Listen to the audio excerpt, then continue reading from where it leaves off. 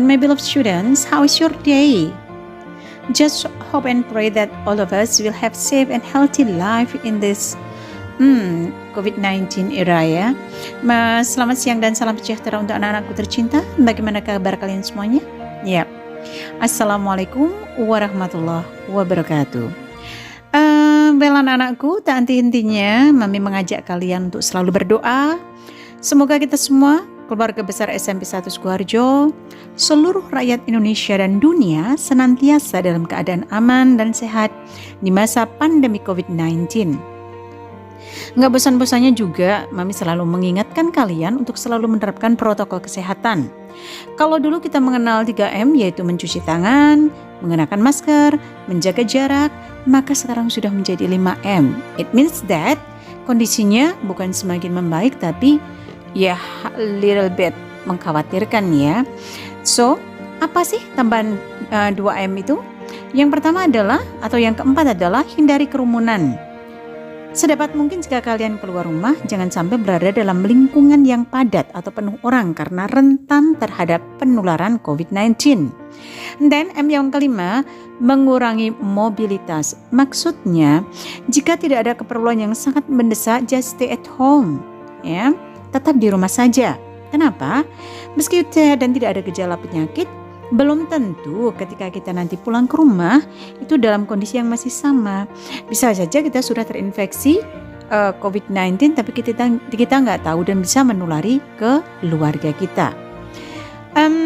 Anak-anakku semuanya, as the previous meeting in encyclopedia class ya, pertemuan sebelumnya di kelas encyclopedia, we have talked about vaksin.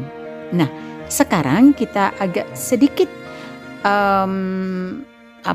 berbicara atau berdiskusi bukan tentang kesehatan tapi tentang revolusi industri.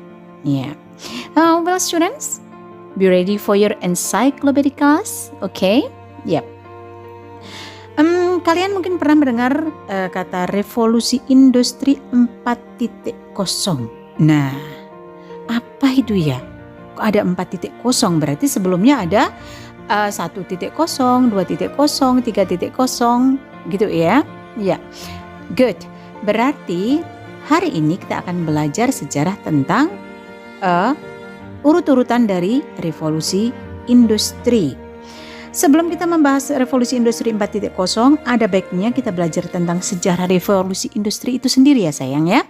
Oke, awal mula penggunaan istilah revolusi industri ditemukan dalam surat oleh seorang utusan dari Perancis bernama Louis Guillaume Otto pada tanggal 6 Juli 1799, yang mana dia menuliskan bahwa Perancis telah memasuki era industrialis dalam buku terbitan tahun 1776 yang berjudul Keywords, a Vocabulary of Culture and Society yang ditulis oleh Raymond Williams.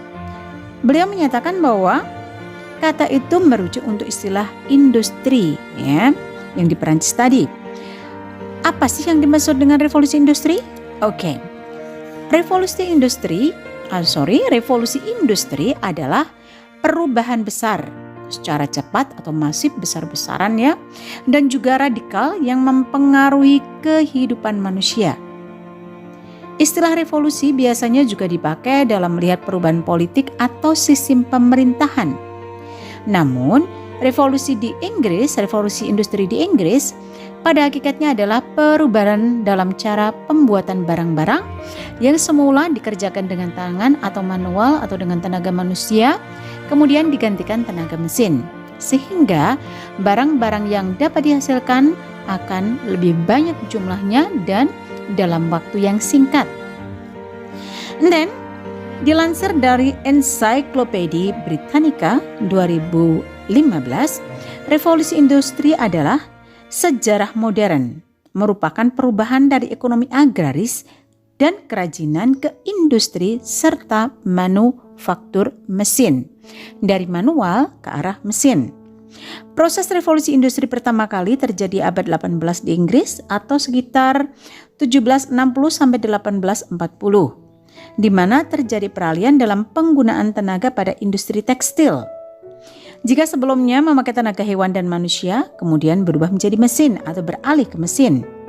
Dan revolusi industri tersebut meluas ke berbagai negara di Eropa Barat, Amerika Utara, Jepang, dan faktor utama dalam revolusi industri itu sendiri ya tentu saja adalah faktor teknologi yang akan mempengaruhi faktor sosial, jelas juga akan mempengaruhi faktor ekonomi dan budaya. Pada bidang teknologi, adanya perubahan pada penggunaan dasar baru terutama besi dan baju. Penggunaan sumber energi baru termasuk dalam bahan bakar dan tenaga penggerak seperti mesin uap dan listrik. Ya, perkembangannya adalah periode 1760-1830 revolusi industri yang berlangsung hanya terbatas di negara Inggris. Bahkan Inggris sempat melarang ekspor mesin, mau dimonopoli maksudnya ya. Pekerja terampil dan teknologi manufaktur ke luar negeri, nggak boleh ke luar negeri, pokoknya Inggris harus paling maju ya. Dan monopoli tersebut tidak bertahan lama karena beberapa orang Inggris melihat peluang bahwa kok ini berkembangnya lebih menguntungkan di luar negeri ya daripada di dalam Inggris itu sendiri. Dan ada dua orang Inggris, William and John Cockerell, membawa revolusi industri ke Belgia dengan mengembangkan toko mesin pada 1807. Dan Belgia menjadi negara pertama di benua Eropa yang ditransformasikan secara ekonomi. Ya, masih belum bosan ya mendengarkannya? Iya, ini pengetahuan yang sangat luar biasa. Mungkin di kelas kita tidak bisa bincang-bincang secara lengkap ya. Di kelas ensiklopedia ini kita akan kupas secara lengkap. Well student, pada tahun 1848, Perancis telah menjadi kekuatan industri, namun berkembang tetap masih di belakang Inggris, termasuk negara-negara Eropa lainnya. Inggris masih di depan. Karena kondisi di sana masih dipengaruhi kondisi politik, seperti Prancis dengan adanya revolusi di negaranya. Kemudian 1870 dimulailah produksi di Jerman. Dan di Jerman tumbuh sangat pesat. Sehingga sampai terjadi pergantian abad. Jerman mampu mengungguli Inggris dan menjadi pemimpin dunia dalam industri kimia pada saat itu. Dan muncul juga kekuatan industri di Amerika Serikat pada abad ke-19 dan ke-20 jauh melampaui Eropa. Di Asia, nah sudah tahu ya siapa yang paling jago di Asia. Negara Jepang juga bergabung dalam revolusi industri dengan keberhasilan yang sangat luar biasa. Terus bagaimana kita bisa melihat adanya perkembangan revolusi industri pada saat itu? Ya, perkembangan industri pada saat itu ditandai dengan berbagai penemuan. Misalnya, penemuan bor benih oleh Jethro Tull pada tahun 1701 yang meningkatkan produktivitas di sektor pertanian Eropa Barat. Dan kumparan terbang atau flying shuttle ciptaan John Kay 1733 yang mampu melakukan proses pemintalan secara cepat. Ingat, ditandainya industri 1.0 tadi terutama adalah masalah tekstil ya. Dan mesin pemintal benang atau spinning jenny ciptaan James Hargreaves 1767 dan Richard Arkwright 1769 dan dipatenkan 1770. Dengan mesin ini orang dapat memintal dengan 8 senar dalam satu kali putaran sehingga produksinya berlipat ganda. Kemudian mesin tenun ciptaan Edmund Cartwright 1785. Temuan ini membuat kemacetan dalam industri pakaian teratasi. Kemudian cotton gin, alat pemintal kapas dari serabutnya, ciptaan Eli Whitney. Dengan alat ini kebutuhan kapas bersih dalam jumlah besar dapat tercukupi. Ya. Dan cap silinder ciptaan Thomas Bell 1785. Dengan alat ini kain putih dapat dilukis pola kembang 200 kali lebih cepat jika dengan pola cap balok dengan tenaga manusia. Mami yakin kalian pernah lihat di televisi bisa membedakan mana yang kain dengan produksi mesin dan cap ya seperti pada batik.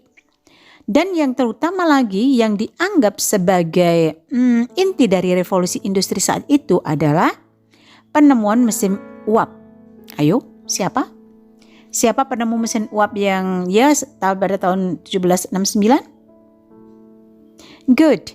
Mesin uap ditemukan oleh James Watt.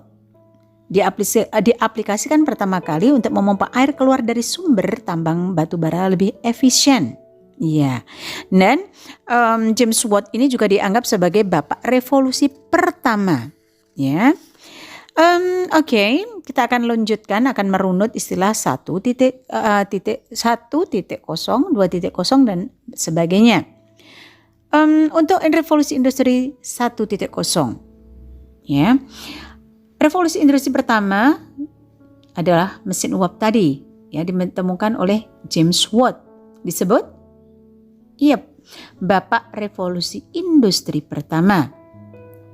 Kenapa dianggap sebagai sesuatu yang luar biasa? Karena bisa menggantikan tenaga manusia. Dulu hanya tenaga manusia anak-anakku, dan kemudian mengandalkan tenaga angin dan tenaga air. Tetapi ya tahu sendirilah ya, tenaga air dan tenaga angin gak mungkin dibawa kemana-mana. Orang harus tinggal di daerah yang dekat dengan air dan angin. So that is so impossible untuk semua orang harus berada di daerah yang berangin dan berair. Ya contohnya saja misalnya untuk tenaga angin for example, ada kalanya tak ada angin. Contohnya yang luar biasa sebagai gambaran di era VOC, zaman penjajahan Belanda. Butuh waktu sekitar 6 bulan untuk kapal dari Belanda untuk mencapai Indonesia. Dan untuk kembali ke Belanda juga mencapai 6 bulan. So, pulang pergi Indonesia Belanda butuh waktu 1 tahun. Itu pun kalau anginnya bagus, ya. Bayangkan saja, itu waktu dulu butuh 1 tahun Indonesia Belanda. Sekarang naik pesawat terbang, ya tinggal hitungan jam, ya. Dan kalau tadi revolusi industri 1.0 ditandai dengan mesin uap atau James Watt, ya penemunya. Sekarang revolusi industri 2.0. Revolusi industri 2.0 itu di awal abad ke-20. Memang saat itu sudah ada mesin pabrik atau mesin yang digunakan untuk memproduksi barang. Tetapi yang terutama adalah pengangkutan produk di dalam pabrik masih berat. So, barang-barang besar seperti mobil harus dirakit di satu tempat yang sama. Tahu ya, pernah lihat ya mobil-mobil zaman dahulu ya, kuno-kuno itu ya. Kemudian di akhir 18-an, tahun 1800-an, mobil diproduksi secara massal. Namun di pabrik mobil, setiap mobil dirakit dari awal sampai akhir di tempat yang sama. You can imagine ya betapa rumitnya, betapa takes time banget, butuh waktu banget, so nggak efisien gitu ya.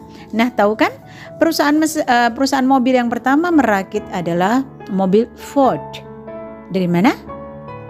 Dari Amerika Serikat. Muncul mobil murah pertama. Kemudian perakitan mobil itu menciptakan atau menemukan ide-ide yang lain, menghasilkan penemuan ide-ide yang lain. Revolusi terjadi dengan menciptakan lini produksi atau assembly line yang menggunakan ban berjalan. Bisa membayangkan ya, seperti yang pernah kalian lihat di TV, atau conveyor belt pada tahun 1913. Dan akhirnya dengan adanya conveyor belt atau ban berjalan, produksi pun akan semakin luar biasa banyak dan cepat, ya, menghemat tenaga dan waktu. Revolusi industri kedua ini juga berdampak pada kondisi militer di Perang Dunia Kedua. Mesti bisa dikatakan bahwa revolusi industri 2.0 sudah terjadi di Perang Dunia I. Di Perang Dunia II efeknya lebih besar. Kalau kalian melihat film-film, for example Pearl Harbor ya, yang menggambarkan tentang Perang Dunia Kedua. Di situ banyak sekali ratusan tank, pesawat, senjata otomatis atau senjata tembak yang sudah semi otomatis dihasilkan oleh pabrik-pabrik dengan menggunakan lini produksi dan ban berjalan tadi. Ini semua terjadi karena adanya produksi massal atau mass production. Dan perubahan ini menjadikan masyarakat agraris menjadi masyarakat industri. Ya, bisa dibilang produksi akan lebih cepat dan hasil atau hasil yang bisa langsung dinikmati juga semakin besar. And then pada revolusi industri 3.0, setelah mengganti tenaga otot dengan uap, apalagi ya kira-kira? Revolusi industri ketiga mengubahnya. Kalau abad dulu dengan tenaga manusia, dengan tenaga uap, kemudian menghasilkan kendaraan dan sebagainya, kini revolusi tersebut dipicu oleh mesin bergerak yang bisa berpikir secara otomatis. Kira-kira apa? Can you answer my question? Kira-kira apa mesin yang bisa berpikir secara otomatis? Good. Ya, komputer dan robot. Komputer pada saat itu merupakan barang mewah sekali. Kalian bisa browsing kapan komputer pertama kali dikembangkan pada era Perang Dunia Kedua. Ya, untuk memecahkan kode buatan Nazi Jerman, yaitu komputer yang bisa diprogram pertama kali bernama Colossus. Mesinnya gede banget, sebesar ruang tidur atau kamar tidur. Tidak punya RAM, nggak bisa menerima perintah dari manusia melalui keyboard atau touchscreen seperti sekarang ini, tapi masih melalui pita kertas. Ya, komputer purba, ya, kuno, membutuhkan listrik luar biasa sebesar 8.500 watt. Wow. Namun kemampuannya nggak ada sepersejuta smartphone yang ada di tangan kalian ya ketika kalian mendengarkan ensiklopedia kelas ini ya sayang ya. Dan abad kemajuan teknologi komputer ya bisa disebut luar biasa cepat ya sayang ya. Kemudian disusul dengan penemuan-penemuan berikutnya, yaitu misalnya penemuan semikonduktor, transistor, and then integrated chip yang membuat komputer semakin kecil, listriknya sedikit, tapi kemampuan datanya luar biasa besar. Karena kemajuan ini juga terjadi perubahan dari data analog menjadi data digital. For example, dari merekam musik, dari dulu kaset menjadi CD, menonton film dari video player menjadi DVD, dan seterusnya. Ini terjadi karena apa? Komputer itu cuma bisa bekerja dengan data digital. Karenanya, pada revolusi industri 3.1 ini disebut juga digital revolution.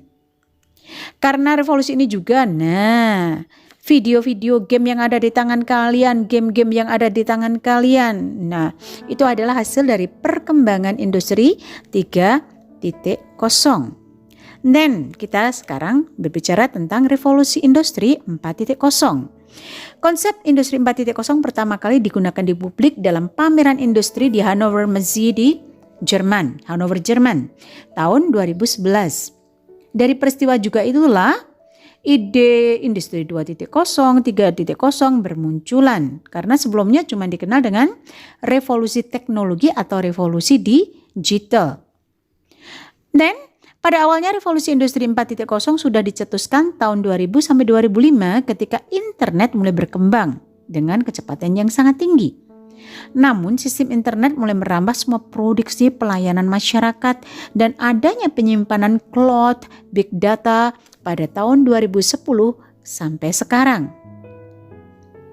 Makanya revolusi industri 4.0 itu semakin besar. Yang terutama sekali inti dari industri 4.0 adalah semua sistem serba otomatis. Ya, sistem otomasi menjadi semakin terkenal diterapkan dalam berbagai industri. Akhirnya dampaknya apa?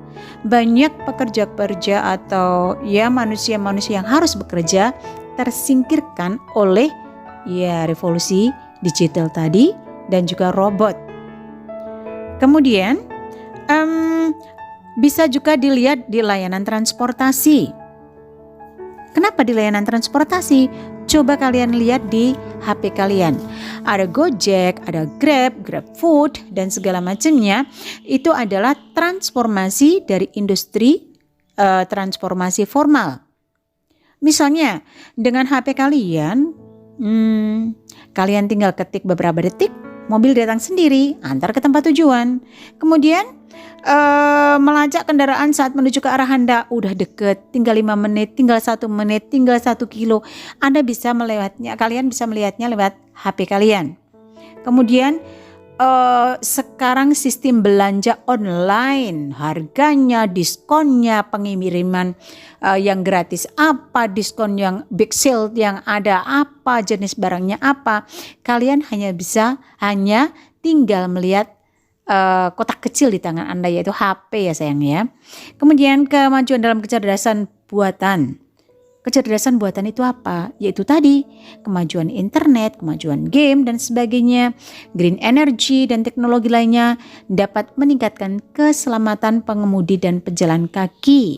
Ya, pejalan kaki semuanya bisa di track, bisa di tracer, bisa dilacak ya sayang ya. Selain itu dampaknya juga misalnya perubahan dapat mengakibatkan kemacetan dan polusi berkurang, perjalanan lebih cepat dan murah. Nah sekarang yang manual seperti becak dan sebagainya semakin tertinggal. Oke, jelas ya. Jadi kalau 1.0 tadi penemuan mesin uap, kemudian merambah ke dunia tekstil dan segala macamnya. Kemudian yang kedua, penemuan tentang alat-alat transportasi. Yang ketiga, 3.0 adalah penemuan mesin-mesin yang lain. 4.0 tentang komputer, kemajuan dari komputer tadi, semuanya serba digital. Dan sekarang ini muncul industri 5.0. Nah, begitu cepatnya kemajuan teknologi di dunia ya anak-anak ya. Kita belum tahu 4.0 itu seperti apa. Sekarang sudah ada 5.0. Nah, tapi belum secara penuh ya beralih ke 5.0, baru secara perlahan-lahan dikenalkan. Ketika industri 4.0 fokus dengan perkembangan internet, industri 5.0 melihat kebangkitan society industry. Ya. Mana yang pertama kali mengumumkan? Iya jelaslah, raja teknologi Jepang anak-anakku. Konsep industri ini berfokus pada kombinasi pelayanan atau pemberdayaan manusia, teknologi dan data. Jadi kesejahteraan masyarakat lebih terasa ya. Tidak hanya berbicara teknologi saja. Kalau teknologi tadi banyak yang menyingkirkan tenaga manusia. Sekarang mengkombinasikan ya antara pemberdayaan manusia, teknologi, dan data. Untuk Indonesia sendiri sudah ada beberapa perusahaan yang jelas ya, perusahaan yang besar menjalankan konsep ini. For example, yaitu tadi ojek online, penggalangan dana secara online, belanja online, dan dampaknya sangat luar biasa ya. I'm so sure, Mami yakin bahwa mungkin kalian pernah meskipun baru 1 kali menggunakan sistem online tadi, belanja online, ojek online, GrabFood dan sebagainya. Kita perlahan-lahan akan menuju ke industri 5.0. Nah, pesan ibu sayang, pesan ibu buat kalian, pandai-pandailah, bijak-bijaklah dalam memilih kecepatan, memilih atau memilah dalam menyikapi kecepatan teknologi, kemajuan teknologi ya. Kita tetap sebagai manusia beriman, sebagai manusia Indonesia pasti bisa memilah dan memilih mana yang baik, mana yang kurang baik. Anak-anakku, that's all for today. Cukup sekian untuk hari ini. Semoga bermanfaat dan menambah wawasan kalian ya, terutama tentang revolusi industri. Stay healthy, stay safe. Okay, bye-bye. Assalamualaikum warahmatullahi wabarakatuh.